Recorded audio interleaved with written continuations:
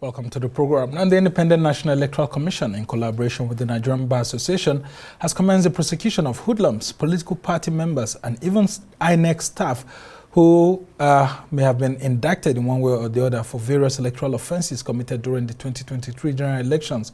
Now, INEC had on the 2nd of May 2023 said it will prosecute 215 persons handed over to it out of the 774 persons arrested for various electoral offences by the Nigerian police force during the polls.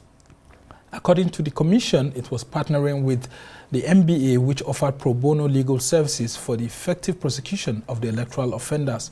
Out of the 215 case files received by the commission, 196 cases are electoral offences and are being handled by both INEC and the NBA.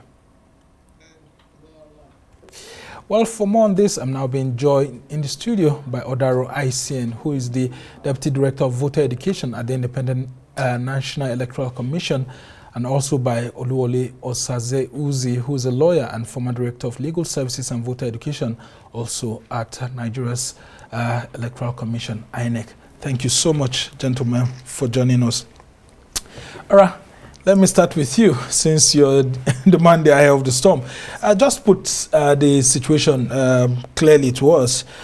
Some say this is a novelty. I mean, INEC had in the past not been able to prosecute offences because of one thing or the other. But here we have INEC going into this in alliance with the Nigerian Bar Association. What's the update at the moment? A number of electoral offenders were apprehended during the elections. So their prosecution hopefully will proceed quite soon. But so far, there are no INEC staff involved here. Okay, so INEC staff are not included? No. All right, well, some media reports actually carried it that some of your staff are included among those to be prosecuted. Yeah, well, I think that's a misconception of sorts, so yes. All right. Yes, but anyway, a number of electoral offenders were apprehended. Yes. All right. And I come to you, Osaze Uzzi. Let's talk about this partnership with INEC and NBA. I mean, a lot of us would have thought that the police will just do this alongside INEC, and that's all. How come we're hearing that they are being undertaken as pro bono cases when we have a federal government? Okay. Let me correct something that has been said by my brother Odaro. I think in this particular initiative, possibly no INEC official has been prosecuted, but I'm aware that the reports created the publicity secretary of the NBA saying that INEC officials were engaged. Yes. But even without that, don't forget that IREC is also being prosecuted. That's an INEC official. Yeah. It's being prosecuted, but not amongst this tranche of cases being handled by the NBA. I think INEC by itself is prosecuting that. Yes. It's not a new initiative, quite honestly. We've been working on it for a long time, but it's only now coming to fruition. As far back as almost 10 years ago, INEC approached the NBA. We had discussions. There was a working committee, was headed by a senior advocate of Nigeria, who was later became Attorney General of Delta State, but is now late. And things were being worked out, but unfortunately, it did not come to fruition. You say, why pro bono? Because the NBA is very concerned about impunity, about our electoral process, and being one of the watchdogs of society, felt that it should get involved. And a lot of people within the NBA felt that the only way of getting involved is to offer our services. INEC has a limited budget for prosecution of cases, for litigation generally, and I believe that it will spend quite a bit of that in the election petitions. And don't forget that INEC can prosecute not just offences on election day, but also those recommended to it by election petition tribunals. That's in the law. So these things are there, and there is no way the legal department of INEC alone. The law gives INEC the power to prosecute all offences under the Act. There's no way INEC alone can do that. If even the police were to prosecute, they will need a fiat, they will need INEC permission to do so. So that's why INEC felt, okay, NBA is there. You've always made some stated things. NBA always sends observers to the field. So it's a natural fit that NBA will do that. And don't forget, if you want to be a senior advocate of Nigeria, you're also required to do a certain number of pro bono cases. So you see a lot of people, experienced people who would not otherwise do things pro bono, but quite a number of people just want to serve, want to give back to society, want to give back to the electoral process and protection of democracy. So it's a natural fit for the two for INEC and for the NBA to partner. Yeah, it's a win-win situation. I mean, thank you for bringing that, because I remember a friend who wanted to become a senior advocate of Nigeria had to be searching for pro bono cases that he could do everywhere. Well, and I come to you, Odaro. Talk to us about what exactly constitutes an electoral offense so that we are clear as to what offenses people may have committed. Oh, thank you very much. Now, there are a variety of electoral offenses, and these are addressed anywhere from Section 114 to Section 129 of the Electoral Act. So things like vote buying, undue influence, disruptiveness. You have all sorts of offenses. So the offenses are listed there, and the penalties are also indicated there. All right, and how about refusal to announce results, like we saw, or announcing separate results or different results, like we saw some of your officials being engaged in? Some, yes, not all. These are also electoral offenses, yes. Okay. And details pertaining to these offenses are, they appear in the Act there. Okay. Yeah. So if you want information on electoral offenses, you find them anywhere from Section 114 to Section 129. Yeah, I'm the impressed. offenses are listed there, and the punishments, the penalties too, also denoted. Yeah, I'm actually concerned about the issue of vote buying, because some will just tell you that they are helping people with money to use as transportation. Some of these monies are already given from home and all that. So at what point does INEC determine if this is actually vote buying or not? Well, there are different mechanisms for trying to sort of prove vote buying. And INEC does this in collaboration with other agencies, of course. We've got the EFCC, the ICPC, the police, and all that. As you may know, there's a committee called the ICCES. Yeah. Yes, which is a sort of consultative committee, interagency committee on election security. So these agencies also partner with INEC. So once a case is proven, and then you know, the requisite measures will be adopted. Section 121, Section 127, these sections look at vote buying and all penalties. Apply. Yes. All right, and I'm also interested in knowing your own perspective. I mean, because sometimes it can be very controversial as to what really constitutes electoral offenses. Before, we used to think it was just the issue of snatching ballot boxes or something like that, but we've seen vote buying all added to it, and then also in situations whereby some politicians feel that they would want to have some challenges in areas where their opposing candidates are more popular. They send people there to actually disrupt the place, and then voting doesn't count and all of that. What, in your own view, still constitutes electoral offenses? Well, there are, it's a wide gamut, it's a very wide spectrum. But let me get one thing clear. I've been on this program and several of our rights programs. Yeah. When you call it vote buying, you almost dignify it. It's not vote buying. Okay. It's voter inducement. Okay. Bribery. If you decide no, says bribery.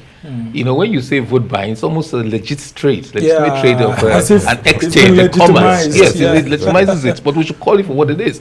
Some people say, I sold my vote. But we say, I was bribed for my vote. Then that's pejorative. There's something wrong with that. Yeah. So I think, and the media and all of us have a duty to say what it is. You know, it's a cankerworm. It's a very bad thing. So it's voter inducement or bribery of voters. So it's not vote buying. Vote buying makes it sound like a normal trade. So that's that. And Odaro is quite right. From 112 on to 129, you see various offences. But those are not the only place where you see offences. Not only in Part 7 of the Electoral Act. And why I was very bothered about certain people not being prosecuted, especially officials, is this issue. For example, if you fail without lawful, if you fail to transmit results onto the electronically onto the INEC server, then that constitutes an offence. People don't seem to realize it constitutes a major offence. And don't forget that one of the challenges, which is acknowledged by INEC in its report on the 2023 general elections, is this glitches that are associated with the which almost failure. Mad INEC's reputation itself. Not almost. It certainly did. Whether it's justifiable is a different issue entirely. It was so much confidence, and a lot of confidence was lost, and it created a wider trust deficit between a lot of people and the commission. I would like to give them some benefit of the doubt that there are glitches, but I thought the report will explain more of those glitches. So, failure of a presiding officer to transmit results is an electoral offence. You won't find it in Part 7 of Section 112, but you find it in other sections dealing with transmission of results and things like that. Dereliction of duty is an offence, not just for INEC officials, for security agents. If without lawful cause you don't come to your station or you don't come there on time, that is dereliction of duty. That is an offence. Snatching of ballot papers is that more common, more pedestrian ones. And another thing to realize is that there are lots of things an act can constitute more than one offense under different laws. Destruction of ballot papers, for example, is both an offense under the Electoral Act and also under the normal criminal code or criminal law of several states. So I think you choose which one you want to do. If the INEC is going to prosecute, the election day and INEC decides to prosecute, I would think you compare, the NBA, you compare, look, is it better? Is the offense, does it carry a higher penalty if it's under the Electoral Act or if it's under any other law? Then these are some of the constitutions that come into play. But the gamut of it is fairly wide. You'll be amazed at the kind of things. As I said, the direction of duty, people think is just negligence. Yeah, I mean, if the police fails to show up at a polling unit, I'm very sure INEC officials may not be able to even conduct elections. Yes. And that's the other point that has to be made. Like, direction also affects the security agents. But also, you asked Darrell just now, how does INEC discern which is an offense, when it's an offense, when it's not? INEC is not an investigative body. So its duty is to report, or the agencies, the police as lead agency and other agencies, apprehend these people and carry out your own investigation.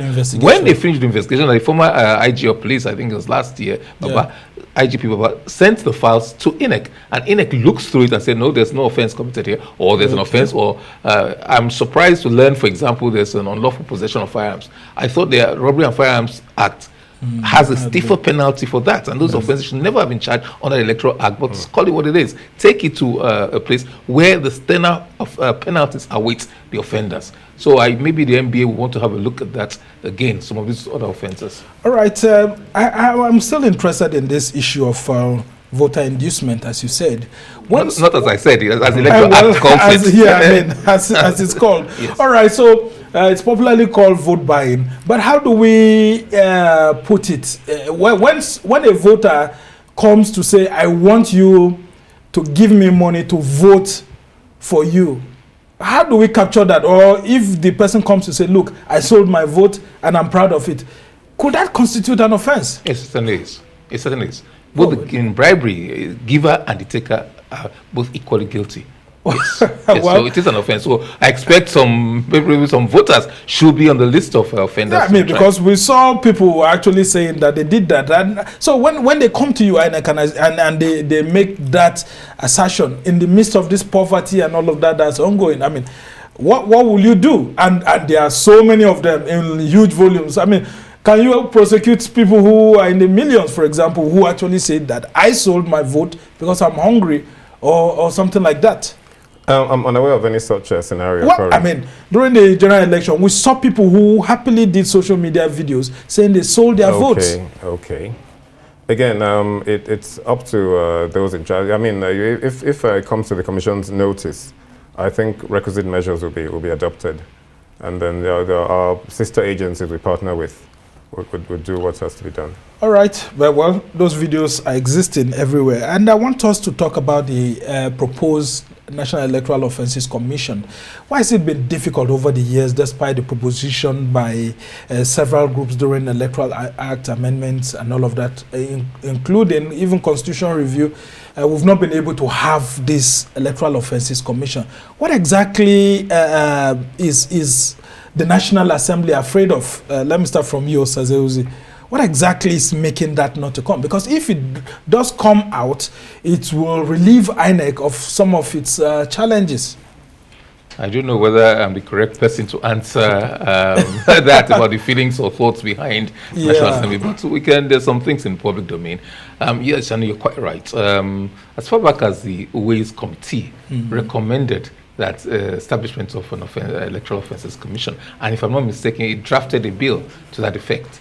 I think Lemu's panel did, but certainly Namani panel, which I was a member of, we did that. We drafted a bill for the creation of although we called it Electoral Offences and Registration of Political Parties Commission, because we thought that maybe in between elections, if you have a standalone Electoral Offences Commission, it may not have all that much work to do. It will be seasonal. So we said, look, can we give it more responsibility? So in the wisdom of the committee, said, look, add this issue of unbundle INEC, add the issue of registration and monitoring of the activities of political parties, because they're somewhat, it could easily be handled together. And don't forget, Oronsai report is now trending, and you want to limit the number of commissions and agencies that you have, but there are certain necessary commissions that you may want to, and a lot of people feel that Electoral Offences Offences Commission. There's some thought that maybe you do merge it with ICPC or any of the other agencies. I don't know about that, but it's been there, and I don't know why.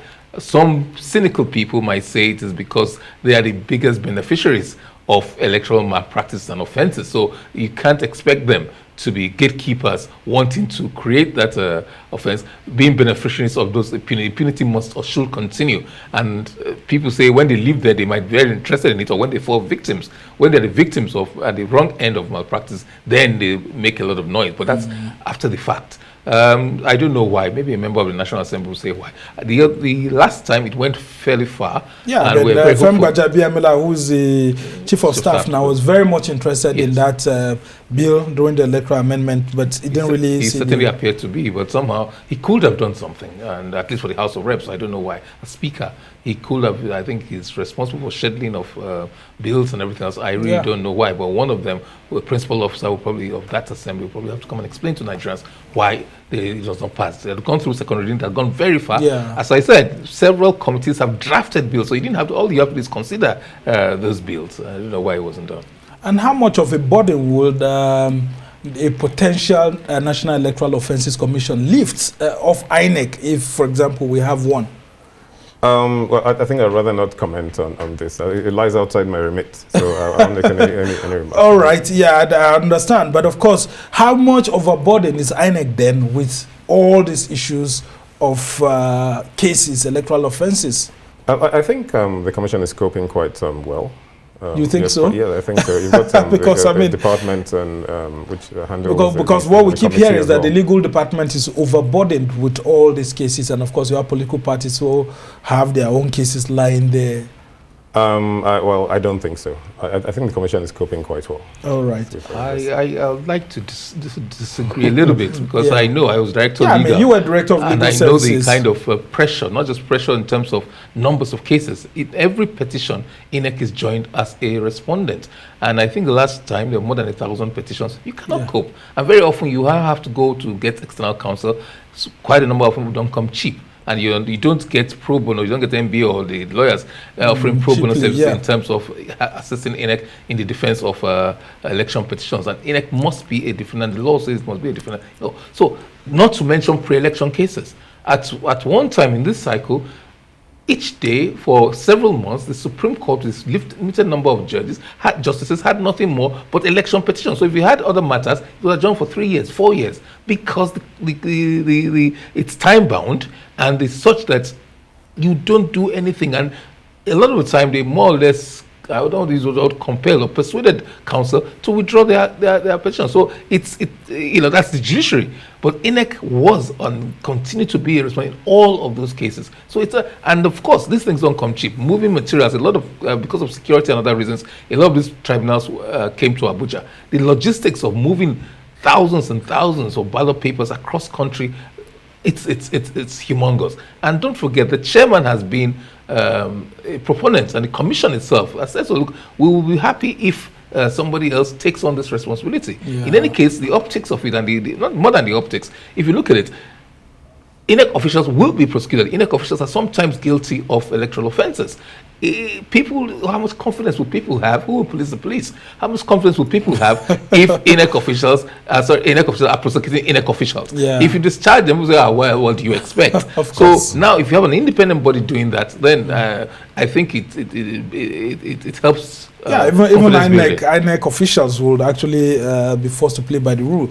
And so both of you gentlemen have actually had some experience on voter education, and that's where the big elephant, that's the biggest elephant in the room. People are saying that because Nigerians are not properly educated, so they go ahead and do certain things. Like I told you, I mean, someone even asking for someone to come and induce him or her to vote. At what point in time is INEC going to realize that if it engages more in voter education, it will help to potentially reduce the number of electoral offenders? Okay, thank you very much. The Commission has engaged in voter education extensively, nationwide, on a nationwide basis. In fact, in the build-up to general elections, the Commission undertakes a virtual blitzkrieg all around the country. The state offices have a template they use, but they're also allowed to improvise. In the course of the last election, in the build-up to the last election, we saw some novelties. In Akwa Ibom, we saw billboards being used. All sorts of experiments, were considered. And I think it has been quite effective. Yeah, but they were more about going out there to vote, not educating people on what constitutes an electoral offense. Well, voter education doesn't pertain to just voting. Even before the CVR, that's the voter registration. Prospective voters and the electorate is, informed about everything, which is necessary. Eligibility as a voter, all of these things. So all the requisite information is put out there for the public, for the general public. It's not just a question of voting. It pertains to, voter registration, voting itself, offences, the do's and don'ts, which pertain to the electoral process. Okay. Yes, so it's all encompassing. Do political parties actually have any role to help you in educating those who want to come and vote for them and their candidates? It's their responsibility also.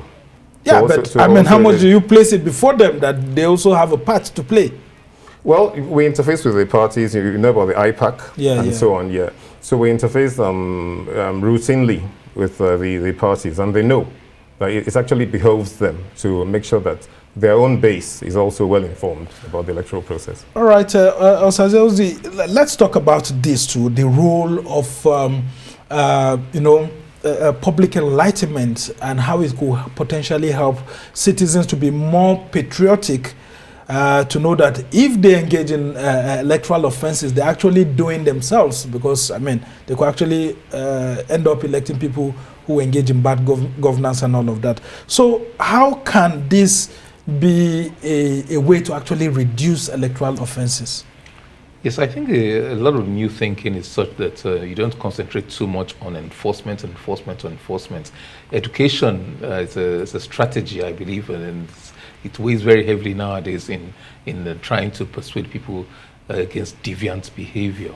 It's a critical thing. It's an important thing. Of course, we know that ignorance of the law is no defense whatsoever. And as I said, when people say voter, I sold my vote, I bought vote, or things like that, it doesn't sound bad. But that's part of the education, that's part of the enlightenment. That this thing, what you're doing is bribery. You're selling your future, you're selling your children's future when you take X amount of money and it's a 4-year course. The man is not obliged to do the public good if he feels he has bought his way to power, things like that. So it's important. It's not just the how to vote, when to vote, where to vote. Voter education goes well beyond that, and enlightening them about the things that can subvert the process, like inducement, like violence and those kind of things. These things subvert the process, subvert the will of the people. It's antithetical to democracy.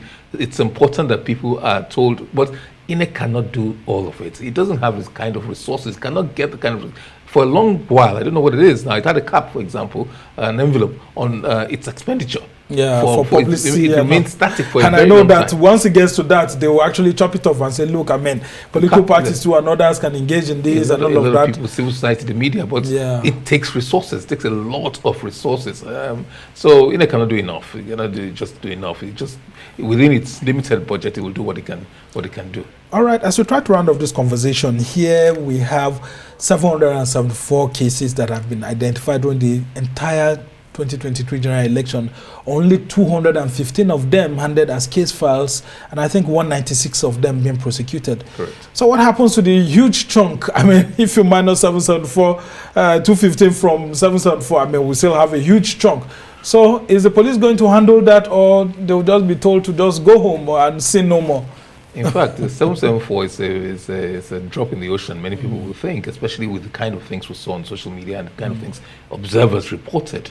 There's a lot more than that, a lot more breaches, not just the violence. Once the voter suppression is an electoral offense, it prevents people from going to vote, preventing the destruction, electoral offenses, late coming, failure to upload. There's so many offenses. But the truth is that I don't think the security agents can cope with the arrest of all the people who are alleged to have committed offenses. It cannot cope. So in a sense, you have to use discretion. And furthermore, it's one thing to arrest people. It's another thing to sustain the charge. So people must be ready, witnesses must be ready to come forward and bring and make statements. So it's quite possible that some of these cases, witnesses were not forthcoming, or especially when their candidates emerge victorious, people tell you, don't worry, just forgive and all of that, and so on. And just before I let you go, Aisien, Why is it difficult for some of the politicians to also be actually prosecuted by INEC? Some of the top big players, because when we say electoral offenders, it looks like those small ones, those small fries here and there. The big ones, the people who actually are the beneficiaries of the outcome of the election. When will we see a very big presidential candidate or senatorial candidate, governorship candidate being prosecuted by INEC? Again, that's something I can't really comment on. Yeah, but well, you work with INEC, yes. and of course, this must be a very big one for all of you. Yes, certainly. The commission is, taking steps to. In fact, the commission consistently has, tried to sort of refine, improve the electoral process, in various ways.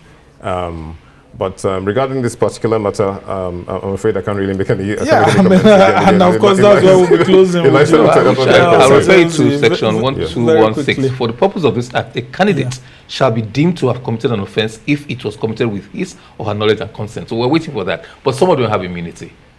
Governors and presidents have immunity, but senators and us don't have immunity. But they wield a lot of power. So maybe that's one of the reasons. All right, and I can tell you that Nigerians will be looking forward to that very day when INEC and the Nigerian police and other security forces will actually arrest someone and then make him or her a very big example. A record that I was arrested. Is that not, not big enough? It's a start. That's a big Well, question. It's a good start. I mean, including INEC, maybe future INEC chairman too, if they commit something. Yes, I mean, definitely. because if the presidential candidate could be arrested, I mean, there's no reason to say why an INEC chairman can also not be. But we all hope that they will do the right thing. I mean, nationhood first, patriotism first, and of course the voters have a critical role to play. And that's where we'll have to thank you for helping us to enlighten our viewers on how important it is not to commit an electoral offense, because it ends up hurting all of us. We must thank you so much. Aisien is a deputy director of INEC on electoral voter education and all of that. And of course, our own Osaze, Uzzi, we must thank you so much for helping us to understand this. You're always there for us, a former director of legal services at INEC, and also he was in charge of voter education and publicity at some point. Thank you so much for your wealth of knowledge.